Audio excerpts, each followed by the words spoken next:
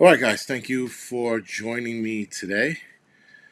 Uh, Ran upstairs real quick to look at something. So we had a notification on the phone that there were shots fired at 125th Street. The helicopter, the PD helicopter, circling around. I guess they're looking for more suspects or whatever. But again, every day it just seems like crime is steadily going up, and the mayor of New York is concentrating on fucking city workers yet again. That's why, if some of you saw my post, I was at a rally early today. They want to change our medical coverage. So right now, I think we're like on the GHI and kind of deal. And once I turn 65, when I'm supposed to be off the job or retired, they're switching us over to Medicare. So we were fighting that, or rather rallying for that. But whatever. Um, Again, the mayor insists on fucking over city workers constantly. Or the city of New York, sorry, is constantly looking to fuck over city workers, but not address the crime problem. Whatever. So it is what it is, I guess. All right, so let's get it. Let's get this started. So I had a lot to go over today. Um, let's see. Of course, I left that blank. I got this there. All right. Give me 2 seconds. Bing, bing. All right, so let's get it started. Now, the Wednesday midweek report, guys. Today we're going to talk about a couple of things. We're not going to get fucking too carried away. We're going to keep to the basics and things that are going on. That's what these midweek reports are for. So I'm thinking about starting another. I don't know if I'm going to do a morning or midday stream where I talk about NYC crime. So it'll be like a quick, almost like a 10-10 wins kind of deal, where I just rattle off all the criminal activities that are going on. And I'll probably do it within 10, 15 minutes best. And then that'll be like another crime report because there's so much shit going on. It's insane. But anyway, guys, today's topic, or one of the top topics, is the guy. For those of you that saw the video, remember a couple weeks ago there was a guy in a McDonald's with an axe. Remember you saw the video of him getting beat up on, and then he was like, "All right," he went to his bag and he pulled out an axe, and everybody was fucking acting like a bitch and fucking jumped into a corner. Well, he was arrested yet again, and this time without bail. So he was arrested and released without bail last month. They said he was terrorizing McDonald's patrons, but obviously, when you see the video from the beginning, he was getting beat up. And then, even though we don't know what really happened in the beginning, there was some kind of words going back and forth. Supposedly, this guy, what the hell's his name? Michael Palacios. Uh, Supposedly, Michael Palacios was harassing some chick in the McDonald's. A bunch of dudes got together and pretty much told him for the most part to go away. That didn't happen, so he went in his bag. He gets the axe out. So the 31-year-old New York City man who was arrested and released without bail last month after terrorizing McDonald patrons with an axe was arrested again this week for graffiti, stealing a bike, and evading police, and was again released without bail. Which is, again, guys, that's the city. So Michael Palacios was approached by police Sunday evening. Why am I reading off my fucking phone? I'm sorry. Uh, Michael Palacios was approached by police Sunday evening after being spotted spraying graffiti in Brooklyn. He's 31 years old and he's fucking whatever. Anyway, so that was Sunday evening in Brooklyn, prompting him to snatch an expensive bike. I don't know why they threw that in there, from a nearby coffee shop and led police officers on a chase before eventually being arrested. The bike that he stole was $3,500. I don't know why that seems to be. I guess because now that's theft. But the bike valued at $3,500, and was damaged during the chase.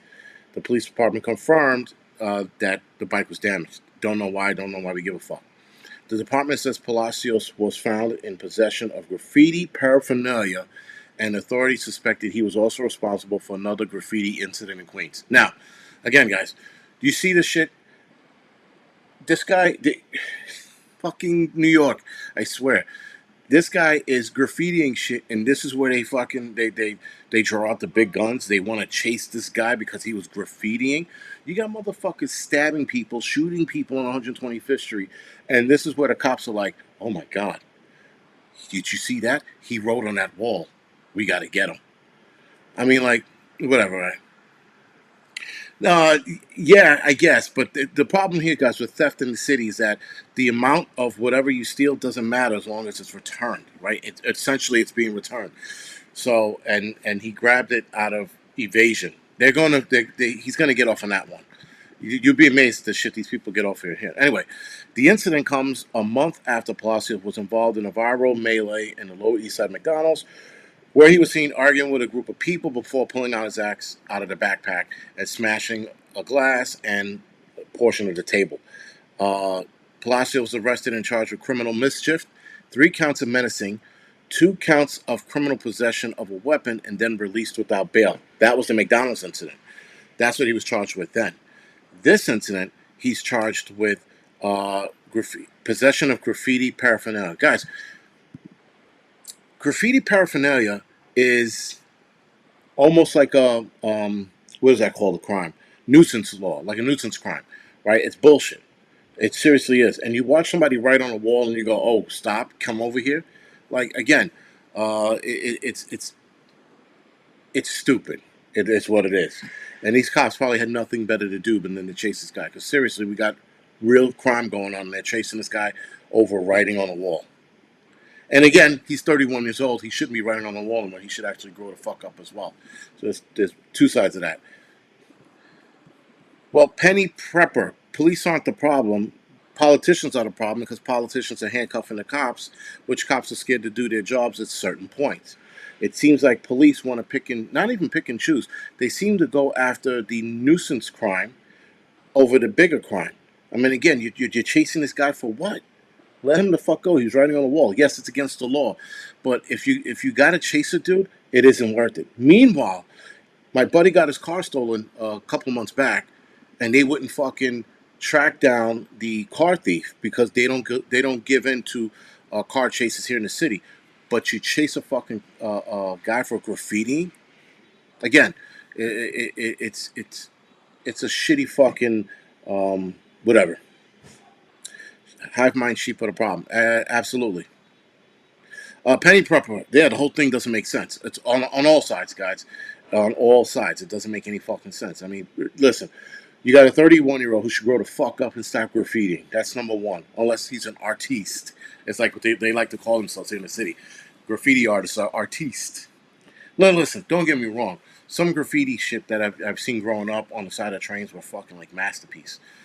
Some of the shit that you used to see back in the 80s and late 90s, early 90s, sorry, a lot of those were masterpiece. But I doubt very much this guy is a fucking masterpiece graffiti. And even then, still, grow the fuck up. Get a giant canvas and fucking, do your artwork on that. But whatever. That was that, guys. So,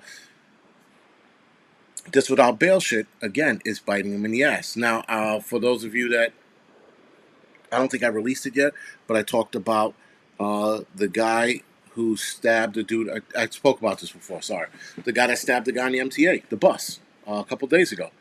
Right? So the perp who stabs the victim, 30 days prior, the perp was arrested for stabbing somebody else. Now, the person he stabbed a month ago didn't die. So they let him out. So now they let him out 30 days later. What does he do? He stabs somebody else, and now this person's dead. Now he's in jail. It's like, again, New York City, and hopefully they don't follow the footsteps of, what was that state, Detroit? Or not, well, Michigan's the state. Was it Detroit or another city that's throwing everything out of the window? Illinois. Minnesota. I can't remember which one it was. That had that purge incident that's going on where they're fucking telling people, listen, we can only arrest for so much now, right? So, again, hopefully New York doesn't go down that rabbit hole. Yeah, it's T Smalls. Listen, downtown they have these signs, um, 42nd Street, saying this is a gun-free zone. Okay, might as well put a stab-free zone up there too, because criminals are going to listen. Illinois, thank you, Greg. Uh, Criminals don't listen. Like me as a listen, if I get to carry a firearm, once I apply for my permanent shit like that, if I get to carry, I'm carrying everywhere. They're not going to tell me 42nd Street and 34th Street and 14th Street is off limits. They can go fuck themselves, because criminals are still going to carry beyond that point as well.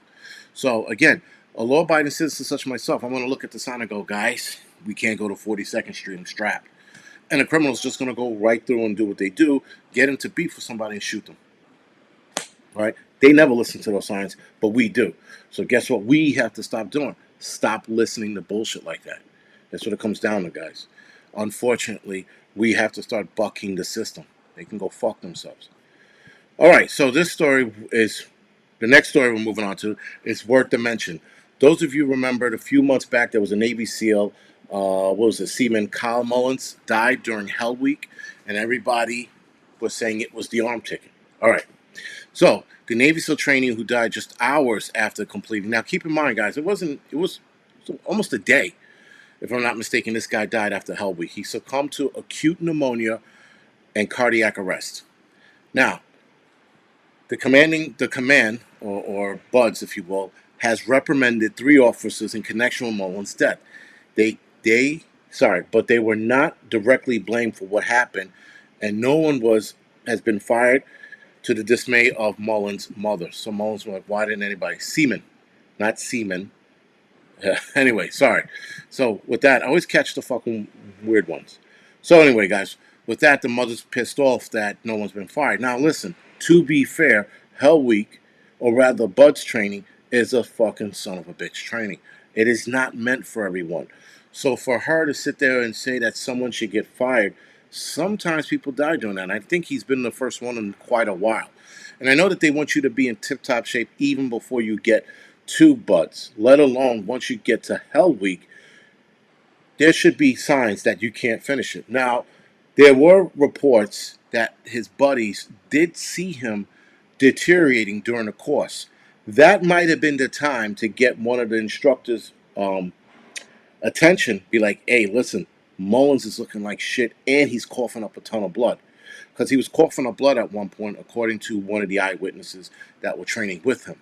But that being said, that should have been also up to Mullins to fucking pull himself out, or one of his fucking Bud members to be like, yo, listen, we got to get him the fuck out of here. He's not doing good.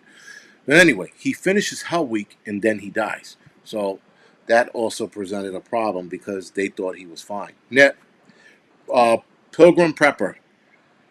I'm going to get to that. So, guys, anyway, the report includes several interviews with Mullins' classmates, described his deteriorating health in the last 2 days of the test, during which he was observed coughing up large amount of blood, struggling to breathe, and rapidly gaining weight due to bloating. His body was swelling. So he had, in other words, heart failure. Now, again, guys, before you go through any kind of rigorous training like this, you go through a medical process. The medical process, they check everything out for you. I had to do this before I did the FDNY Proby School. I had to make sure that I was fucking in shape to do so. If his classmates were watching him deteriorate, he should have fucking been out. But what he was probably thinking is, let me suck it up for 2 more days and I'll be okay. That didn't happen. Anyway, yes, edema due to CHF, congestive heart failure. Now, what is a 20-something-year-old doing with congestive heart failure that wasn't caught earlier or prior to this training? There's always signs and telltale signs, guys, of congestive heart failure.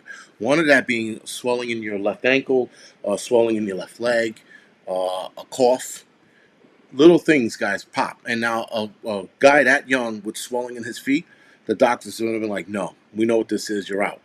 But instead, somehow he got through that medical portion, and then he went on the Buds, and now he's dead. Now, that being said, guys, the Navy had the recruits take the arm ticket. Navy SEALs were fighting against the arm ticket.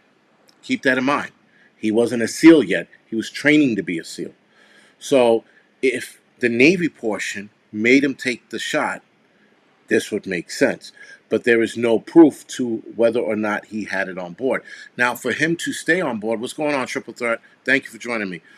If he was in the regular Navy before he went in the Butts, he undoubtedly had to take the shot or he had to resign, which many Navy men, Army men, and Marines did, right? Even Coast Guards, if you want to throw them in there, right? A lot of people wind up resigning. So I'm pretty sure it was the arm ticket. But there's nothing stating such, though his acute cardiac problems and pneumonia would say otherwise. So there's something to consider, though with all of the guys they got going through Butts, I'm surprised this is the only guy that's having this problem. Now, the report said that his heart, guys, was more than twice the size as that of a normal adult male, which had played a role in his death following Hell Week. The 5.5 day test that comes during the first phase of assessment of SEAL candidates strive to get into basic underwater demolition, BUDS. So that's what he was looking to do, and he was having this problem. His heart was also swollen, guys. Your heart swelling is something you know, and it doesn't happen acutely. It doesn't happen all of a sudden unless something else is going on. All right. So again, guys, we can only guess that's what it was. But again, I just brought that story up because I thought it was interesting, and I remember when the story happened, I was like, arm ticket. Now you read the rest of the report, at least what they're releasing to us, because keep in mind, guys, this is the Navy. The Navy has a way of fucking making shit go in their favor. They were trying to trying to test him for what is that called? Athletic performance drugs, but he had none on board. So that theory was shot because that was a theory they threw out right in the beginning when he died. They said, well, he might have been taking athletic performance drugs. You know how many motherfuckers in the SEAL school take that shit and they haven't died, and all of a sudden this kid comes along and he's dead? You know, you could sit there and be like, oh, well, maybe he was drinking Red Bulls. Could have been, but I don't know the last time anybody died of a fucking swollen heart from Red Bull. So again, right side of heart failure. Congestive heart failure is left side, if I'm not mistaken. And that's the ventricle side of the heart failing. That's why you get the bloated or swollen left legs. Something else for right side of heart failure. I forgot what the other signs are. I really can't remember right now. But yeah, he was bloating and swelling. That suggests that was the left side of his heart failing him. Which, to be fair, guys, sometimes you do get people who do die from sudden congestive heart failure, but it's like few far in between, and it's normally in older people, not a young kid like that. Whatever.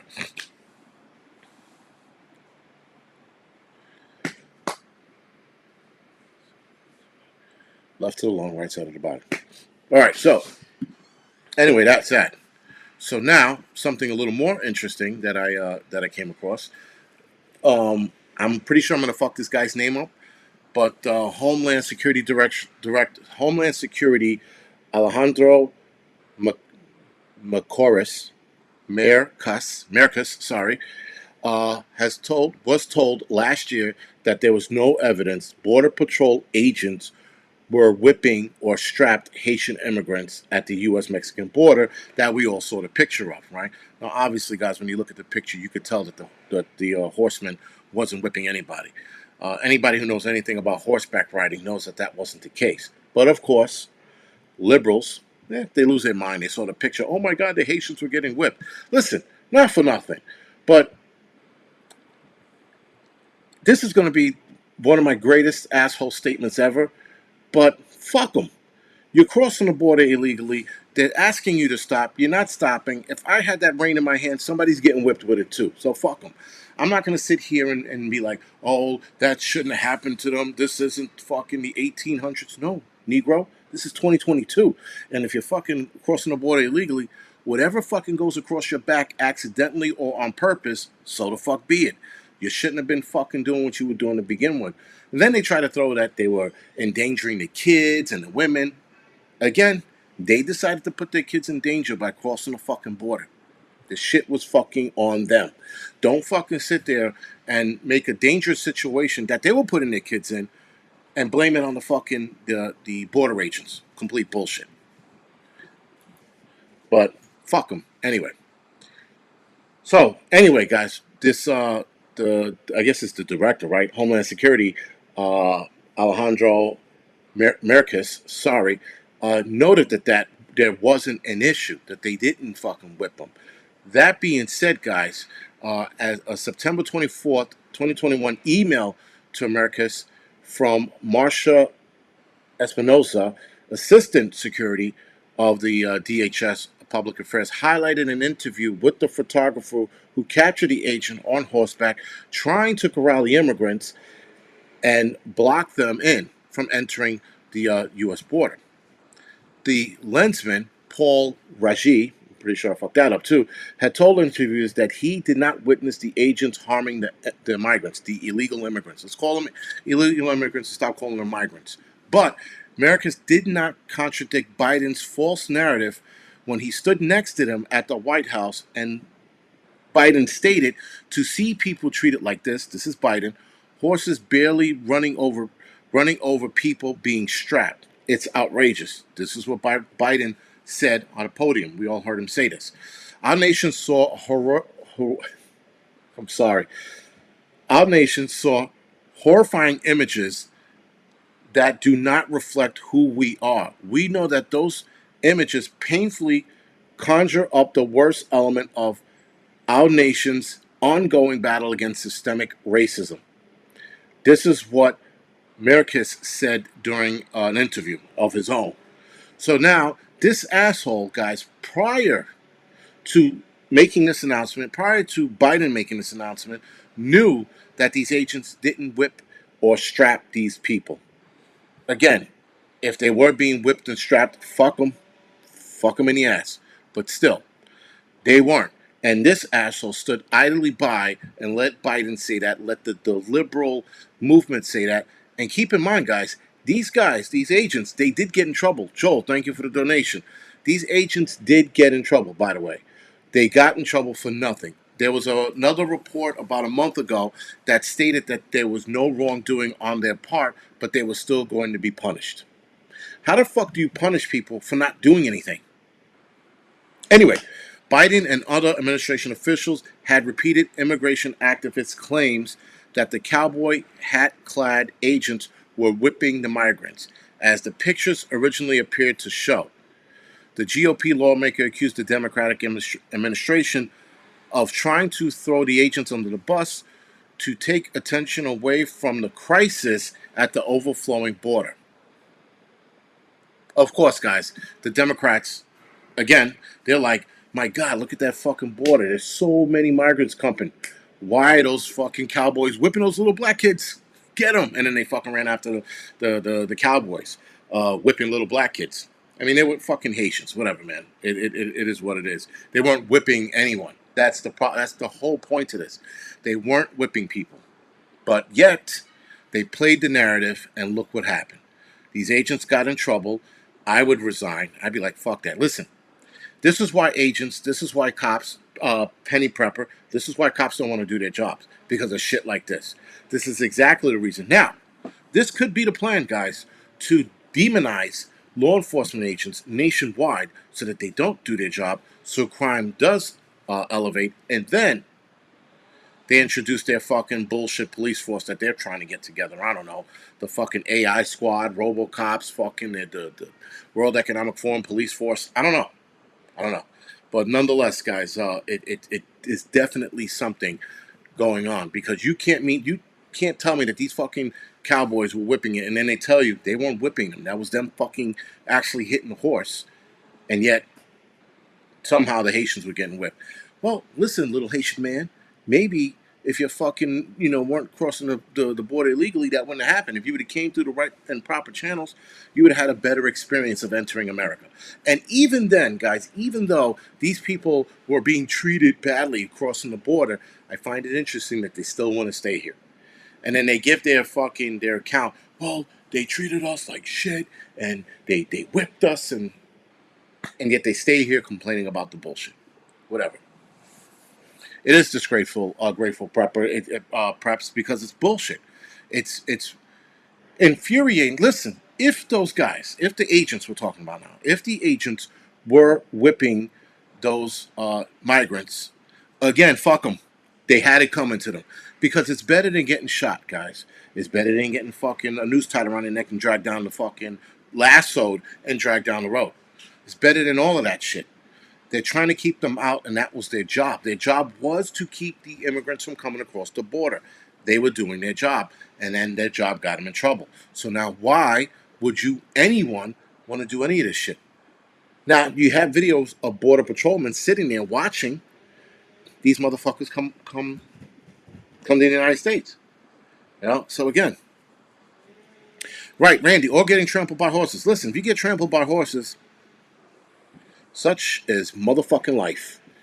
Anyway, guys, the three agents had in fact been using a court split reins to control their horse. No illegal immigrants were harmed in September 19th fracas or fiasco. A custom border protection internal investigation revealed this summer. That was the article I was talking about.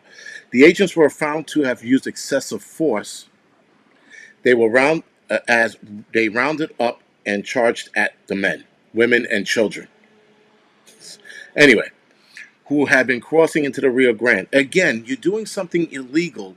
You're telling people to protect our borders. They do it, and now they're being demonized. I hope those guys fucking quit. I'm pretty sure they didn't, but that would have been nice to think that they quit. So anyway, guys, a day after the incident, Merkis and the Border Patrol Chief Raul Ortiz defended the agents at a press conference, pointing out that their reins were being used to control the horse, not to whip people. By the time Merkis appeared with Biden 4 days later, the DHS chief had nothing to say and had disavowed his earlier remarks. Meaning he went back on what he said, listening and letting Biden talk that bullshit. So, again, guys, there it goes. This show is turning into a sham, or this sham is a show. However the fuck you want to look at it, but it's all falling apart, man. It is what it is. Criminals are running the streets. The psych patients are running the insane asylum, and apparently whipping people in the back from coming in this country is a racist move. But if they would have shot them, they would have fucking all been in jail. So go figure. Listen, I'll take a whip across the back any day of the week than fucking a bullet in the back, right? But whatever. Now, what are they doing? They're not doing anything. They're probably just watching these fucking people come across on their horses.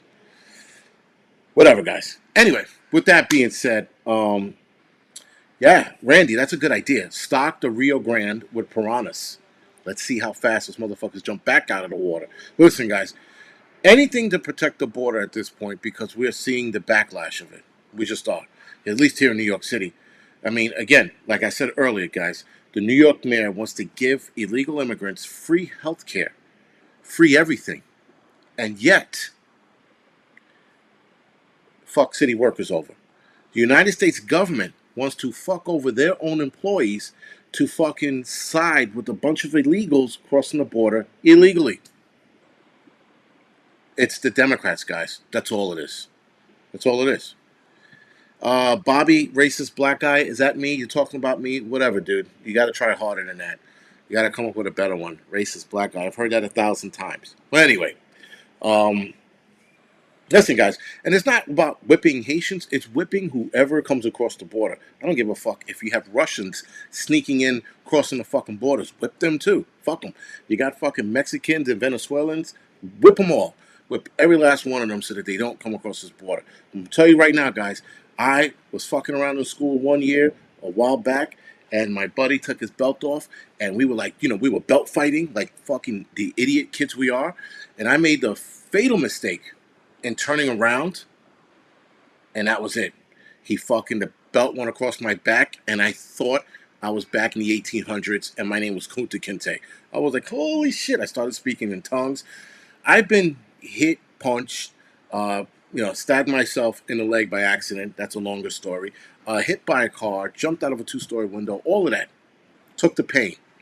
He whipped me across the back, and I fucking thought I saw Harriet Tubman saying, "Run, nigga, run." That's how bad the pain was. I was hallucinating. American Nation. So, anyway, guys, it was fucking painful. So, that being said, you whip anybody coming across that border, they're going to sing a different tune. They either kumbaya or change their name to fucking Toby, whatever the fuck it is.